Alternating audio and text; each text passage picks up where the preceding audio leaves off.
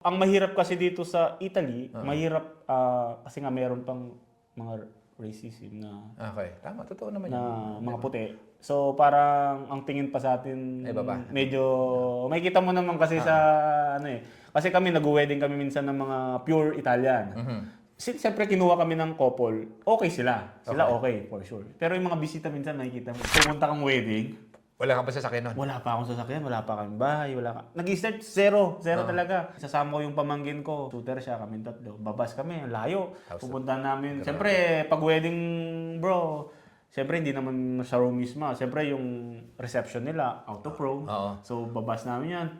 Tapos, pag pupunta sa church, makikisabay kami, galalad-galay kayo. Grabe, na. Yung ano, alam mo naman boss, di ba? Videographer kami, ang dami nating ilaw, Tama. ang daming tripod. Kailangan mong matutunan kung paano humawak ng pera. Okay. Depende sa nakakasama mo. Ah.